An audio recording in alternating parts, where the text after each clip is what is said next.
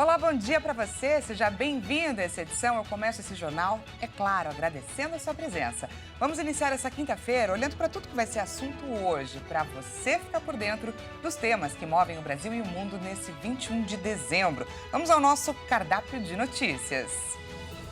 O Congresso Nacional se prepara para votar hoje o orçamento de 2024. Terceiro grupo de brasileiros e familiares inicia processo para deixar a faixa de Gaza. Javier Milei anuncia decreto com medidas para a desregulação da economia argentina. E ainda, grupo dinamarquês anuncia a construção do maior parque eólico marinho do mundo no Reino Unido. A gente te conta tudo isso e muito mais a partir de agora. Começo essa edição lembrando que o verão inicia amanhã com promessa de clima abafado em todas as regiões do país. Pois é, o horário exato da chegada da estação mais quente do ano é a 00:27 dessa sexta-feira. Mas enquanto isso, como de costume, bora dar uma passeada, conferir como está o tempo em Salvador? Agora por lá faz 23 graus, com promessa de temperaturas aumentando aí ao longo do dia até a máxima, que deve chegar a 29 graus. Mas deixamos também o alerta. Tem previsão de chuva forte a qualquer momento. Como você acompanha nessas imagens, a cidade está com um céu cinza, bastante nublado esse céu. Desde ontem, a região tem sofrido com os temporais e o INMET, inclusive, chegou a declarar alerta laranja para chuvas com ventos fortes. Alerta também, inclusive, frisado pela Defesa Civil de Salvador, que chama a atenção para possíveis deslizamentos de terra. Com isso, gente, a programação de Natal precisou ser suspensa por lá. Então, para quem é de Salvador ou que vai estar na região nesses próximos dias, é importante ficar atento às previsões e aos alertas dos órgãos competentes para se manter, é claro, em segurança. E vamos de notícias de Brasília. O orçamento de 2024 deve ser votado nesta quinta-feira. O parecer, que ainda precisa ser aprovado em comissão, pode ser levado à votação no plenário ainda hoje. O Congresso Nacional planeja finalizar a votação da Lei Orçamentária Anual, mas para isso é necessário votar o parecer do projeto tanto na Comissão Mista de Orçamento quanto em uma sessão do Congresso no mesmo dia. A intenção inicial era finalizar ontem a votação na comissão, mas a sessão foi adiada para que o governo apresentasse uma solução em relação à alocação de recursos para um novo programa de aceleração do crescimento. No relatório, o PAC foi cortado em 17 bilhões de reais, passando de 61 bilhões para 44 bilhões de reais. O programa é pauta prioritária do Executivo e, por isso, a equipe econômica do governo se reuniu com o relator geral do orçamento, o deputado Luiz Carlos Mota, para garantir a reposição do valor inicialmente previsto. Com isso, deve haver um remanejamento de verbas em outras áreas do governo. O relatório da LOA também trouxe a redução de 13 bilhões sugeridos pelo governo para bancar o programa. O relatório reduziu o valor para cerca de 9 bilhões de reais. Em relação ao Bolsa Família, o parecer mantém a previsão de 168 bilhões de reais. O texto traz um fundo eleitoral turbinado de quase 5 bilhões de reais. A previsão de verba para as emendas parlamentares previa 37 bilhões em recursos e trouxe um aumento de mais de 15 bilhões, somando 53 bilhões de reais. A reforma tributária foi promulgada no Congresso Nacional nesta quarta-feira em sessão solene. Mas em 2024 devem ser aprovadas leis complementares para regulamentar essa reforma. O presidente Lula e outras autoridades estavam presentes nesse evento. Em linhas gerais, o texto da reforma tributária prevê que todos os produtos e serviços vendidos no país terão um imposto federal unificado por meio de um IVA dual. Atualmente, o Brasil tem 5 tributos federais. Tem o IPI, o PIS e COFINS, o estadual ICMS e o municipal ISS. Então, pela proposta, haverá um período de transição para que a unificação dos impostos aconteça. A ideia é que o prazo dure 7 anos, entre 2026 e 2032. A partir de 2033, os tributos atuais serão extintos e passará a valer apenas a unificação. Além disso, o texto prevê que em 2026 haja uma alíquota de 0,9% para o IVA federal e de 0,1% para o IVA compartilhado entre estados e também municípios. O presidente Lula realizou nesta quarta-feira a última reunião ministerial com todos os titulares aí do primeiro escalão do governo federal. O presidente, na oportunidade, parabenizou a articulação política dos ministros e anunciou um ato no dia 8 de janeiro de 2024 para lembrar das invasões às sedes dos três poderes no comecinho deste ano. Quem traz para a gente mais detalhes é a nossa repórter Jaqueline Fonseca, direto de Brasília. A última reunião ministerial do governo federal foi realizada na manhã desta quarta-feira no Palácio do Planalto e contou com a participação de todos os ministros. O presidente Lula avisou aos presentes que Flávio Dino, ministro da Justiça e Segurança Pública, já aprovado para ocupar a vaga de ministro do STF, segue no cargo como ministro da Justiça até o dia 8 de janeiro, quando um ato será realizado no Congresso Nacional para relembrar os atos antidemocráticos realizados em 2023. Lula exigiu que todos os ministros estejam presentes nesse dia. Ali, meu caro Flávio Dino, com a tua competência, só tem uma coisa que você não pode trair: o teu compromisso com o povo brasileiro e o compromisso com a verdade. O ministro da Suprema Corte não tem que ficar dando entrevista, não tem que ficar dando palpite sobre o voto. Ele fala nos autos do processo e é isso que interessa para quem recorre à Suprema Corte. Eu estou confiante que você será motivo de orgulho para o nosso país depois que você assumir dia 22 de fevereiro a Suprema Corte. Ele vai ficar como ministro até o dia 8, porque dia 8 nós estamos convidando um ato, sabe, para lembrar a tentativa de golpe no dia 8 de janeiro. Nós estamos tentando convocar um ato que vai ser convocado por mim, pelo presidente da Suprema Corte, pelo presidente do Senado e pelo presidente da Câmara. Lula também parabenizou a articulação dos ministros, em especial o da Fazenda, Fernando Haddad, pela aprovação de pautas econômicas relevantes para o país no Congresso Nacional e destacou a atuação dos líderes do governo no Congresso. O presidente também disse que a equipe precisa seguir negociando e buscando acordos com os parlamentares ao longo do ano que vem. É importante a gente comemorar o feito extraordinário da aprovação da primeira política de reforma tributária aprovada num regime democrático, num Congresso Nacional, onde partidariamente todos os partidos são de médios para baixo, não tem nenhum partido com 200 deputados, com 150 deputados, e nós conseguimos isso apenas colocando em prática a arte da negociação. Negociação muitas vezes mal interpretada, negociação muitas vezes, eu diria, acusada de coisa de menor nível, dizendo que o governo estava conversando com fulano, com Beltrano, que o governo estava conversando com o Centrão, que estava conversando não sei com quem. E eu sempre fazia questão de dizer que no nosso governo a gente não conversa com o Centrão, a gente conversa com partidos. A gente conversa com todos os partidos que têm deputados na Câmara do Deputado, todos os partidos que têm senador.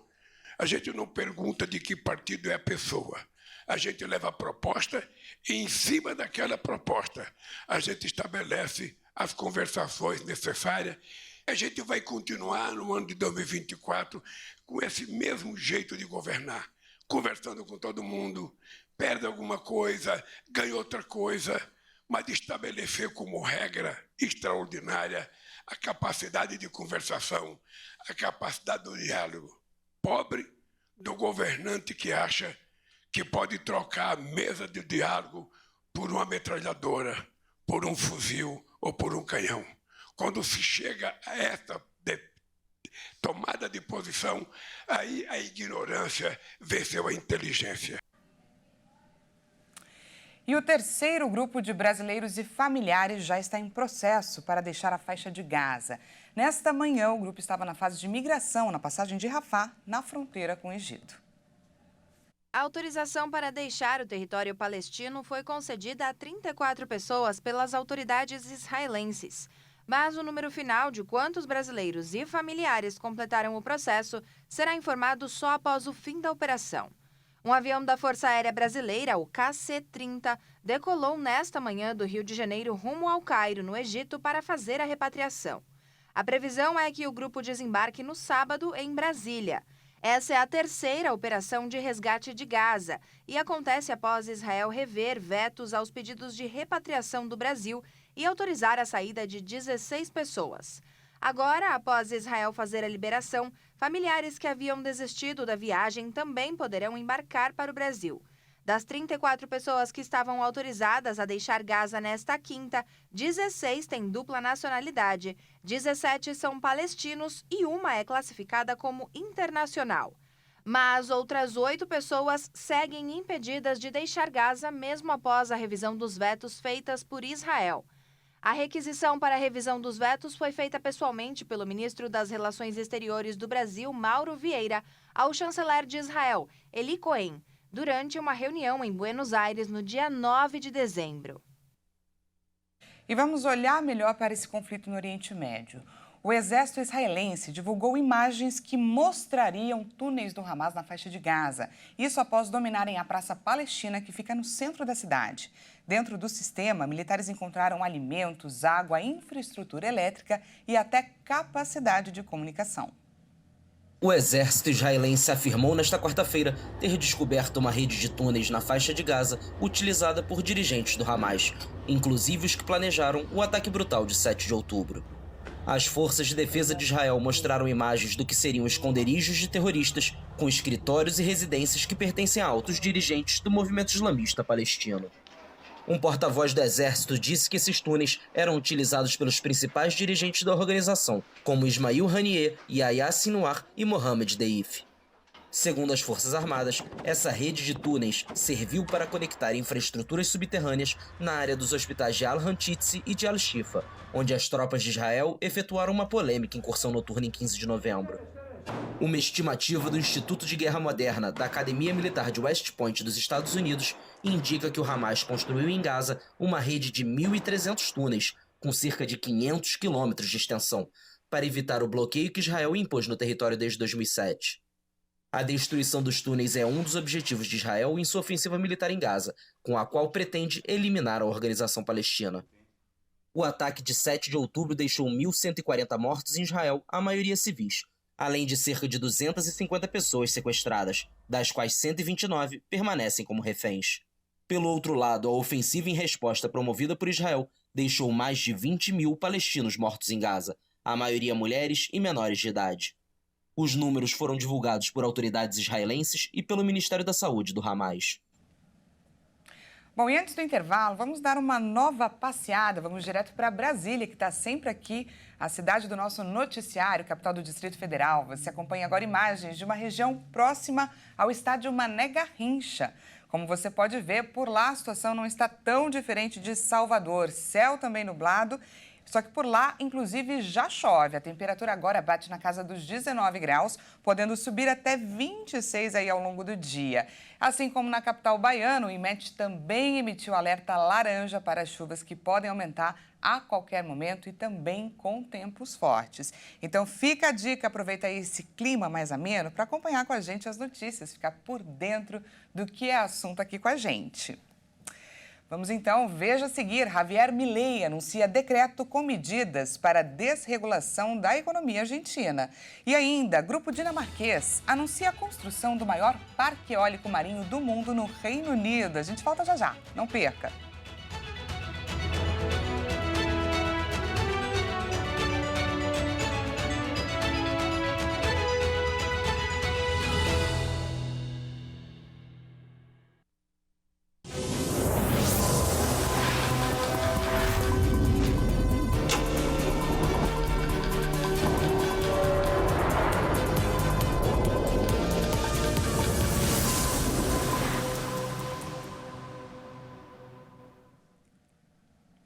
Seja bem-vindo mais uma vez, nós estamos de volta e ao vivo, 8 horas e 47 minutos pelo horário de Brasília. Voltamos com mais destaques dessa quinta-feira para você.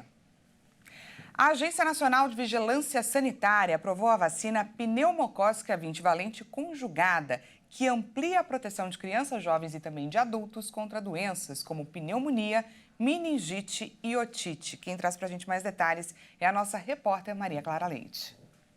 Prevenar 20 é o nome da vacina produzida pela farmacêutica Pfizer e pela Protege contra casos graves de doenças meningocócicas, que podem levar a meningite e pneumonia, por exemplo. A gente lembra aqui que essas doenças são transmitidas de pessoa para pessoa por meio de gotículas de saliva expelidas na fala ao tossir ou espirrar.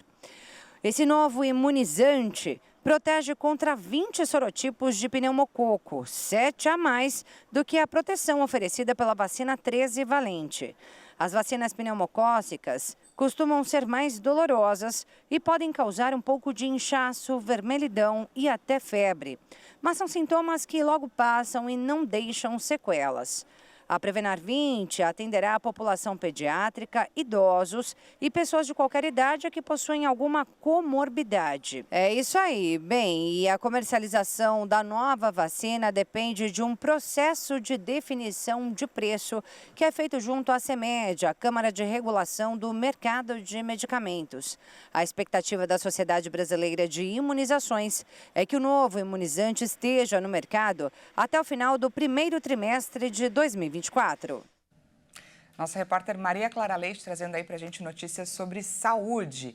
E agora então a gente traz destaque internacional. O presidente da Argentina, o ultraliberal Javier Milei, ordenou a desregulação da economia por meio de um decreto que modifica ou revoga mais de 300 normas. As revogações incluem a regulação que impede a privatização de empresas estatais, como a petrolífera YPF ou a companhia aérea Aerolíneas Argentinas. Vamos ver. O presidente da Argentina, o ultraliberal Javier Milei, ordenou nesta quarta-feira a desregulamentação da economia por meio de um decreto que modifica ou revoga mais de 300 normas, incluindo as leis de aluguel, abastecimento e o regime trabalhista. Essas reformas, das quais mencionei apenas 30 das mais de 300 incluídas, são algumas das contempladas no decreto, afirmou Milei em um pronunciamento transmitido por rádio e televisão. Segundo o presidente, o objetivo é iniciar o caminho de reconstrução do país, devolver a liberdade e a autonomia aos indivíduos e começar a desmontar a enorme quantidade de regulações que têm impedido e prejudicado o crescimento econômico. As revogações incluem a regulamentação que impede a privatização de empresas estatais, como a petrolífera YPF ou a companhia Aerolíneas Argentinas. Também será alterado o sistema de atendimento em medicina privada. Está prevista a modificação da lei de sociedades para permitir que clubes de futebol se tornem sociedades anônimas e a desregulamentação dos serviços de internet via satélite, possibilitando a entrada no país de empresas como a Starlink, de Elon Musk. Para ser efetivo, esse decreto deve ser publicado no boletim oficial. Em seguida, será levado ao Congresso para análise em uma comissão bicameral. Apenas seria invalidado se fosse rejeitado pela Câmara dos Deputados e também pelo Senado. Bom, e antes de Javier Milei anunciar todas essas medidas econômicas, o primeiro protesto contra a administração do ultraliberal arrastou milhares de pessoas pelo centro de Buenos Aires. O trajeto de algumas quadras até a Plaza de Maio, em frente à Casa Rosada, sede da presidência, foi acompanhado de perto por membros da Polícia da Cidade, da Polícia Federal Aeroportuária e da Gendarmeria, que é a Polícia Nacional Argentina. Confrontos entre manifestantes e policiais foram sim registrados, afinal a ordem era não permitir que os manifestantes bloqueassem as ruas e interrompessem totalmente o tráfego. O grande aparato de segurança foi criticado pelos organizadores, que o consideraram uma tentativa de provocação. Vale lembrar que o Ministério do Capital Humano chegou a alertar dias atrás que retiraria os programas de assistência econômica das pessoas que fechassem as ruas para se manifestar. Bom, quando os protestos começaram, por volta das 4 horas da tarde de ontem, Milei estava na sede da Polícia Nacional para monitorar essa primeira operação anti-piquetes. Estados Unidos e Venezuela chegaram a um acordo para a troca de prisioneiros. Alex Saab, que é considerado testa de ferro de Nicolás Maduro, foi libertado em troca de 10 americanos presos na Venezuela. Os Estados Unidos libertaram nesta sexta-feira um homem forte do chavismo em troca de presos com o governo de Nicolás Maduro. Autoridades americanas libertaram o colombiano Alex Saab, considerado teste de ferro do governante venezuelano, em troca de 10 americanos presos na Venezuela. Sua liberdade é um símbolo de vitória, comemorou o governo de Maduro em um comunicado. Saab estava detido desde 2020 em Cabo Verde e foi extraditado para os Estados Unidos em outubro de 2021. Autoridades americanas destacaram que, para realizar essa troca, o presidente Joe Biden teve de tomar a difícil decisão de oferecer algo que seus homólogos venezuelanos queriam ativamente e decidiu conceder o indulto a Alex Saab nos julgamentos pendentes por lavagem de dinheiro. A promotoria americana acusa Saab e seu sócio, o foragido colombiano Álvaro Pulido, de transferir 350 milhões de dólares obtidos ilegalmente na Venezuela para serem lavados através dos Estados Unidos. Saab acabou se transformando em uma moeda de troca para Maduro, que exigia sua libertação para desbloquear as negociações com a oposição. E um grupo dinamarquês especializado em energias renováveis anunciou que vai construir o maior parque eólico marinho do mundo, o Hornsea 3, em frente à costa britânica. Vamos ver. O projeto foi anunciado pelo grupo dinamarquês Ørsted, especializado em energias renováveis. O empreendimento, batizado de Hornsea 3, vai ficar a 160 quilômetros da costa de Yorkshire, Reino Unido, com uma potência de 2,9 gigawatts, equivalente a quase 3 centrais de última geração. Em um comunicado, a empresa afirmou que o projeto deve ter capacidade para fornecer eletricidade a mais de 3 milhões e 300 mil lares. Uma vez que as novas turbinas estejam em funcionamento, a operação do Ørsted em Hornsea, incluindo os parques eólicos 1, 2 e 3, terá uma capacidade combinada de mais de 5 gigawatts, o que o tornará o maior parque eólico offshore em serviço no mundo. Há planos para o parque eólico Hornsea 4, cuja potência pode ser de 2,6 gigawatts. A energia eólica enfrenta dificuldades, apesar das ambições dos europeus de multiplicar as fontes de energia limpas. Antes de encerrar, vamos para o norte do Brasil, onde ondas de calor e seca estão previstas para o verão, que se inicia exatamente, como eu falei no comecinho do jornal, 00:27 dessa sexta-feira. Na imagem você acompanha mais uma região, gente, nublada, esse céu cinza, no entanto, mais quente que os outros lugares que a gente trouxe. Agora faz 26 graus por lá e a máxima prevista é de 32.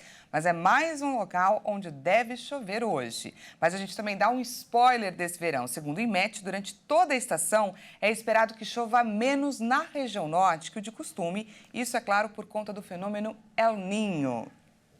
Essa edição fica por aqui. Muito obrigada pela sua companhia. Às 10 horas, Juliana Dariva chega com mais informações. Eu volto à 1 da tarde com um balanço das notícias da manhã dessa quinta-feira para você. Até já!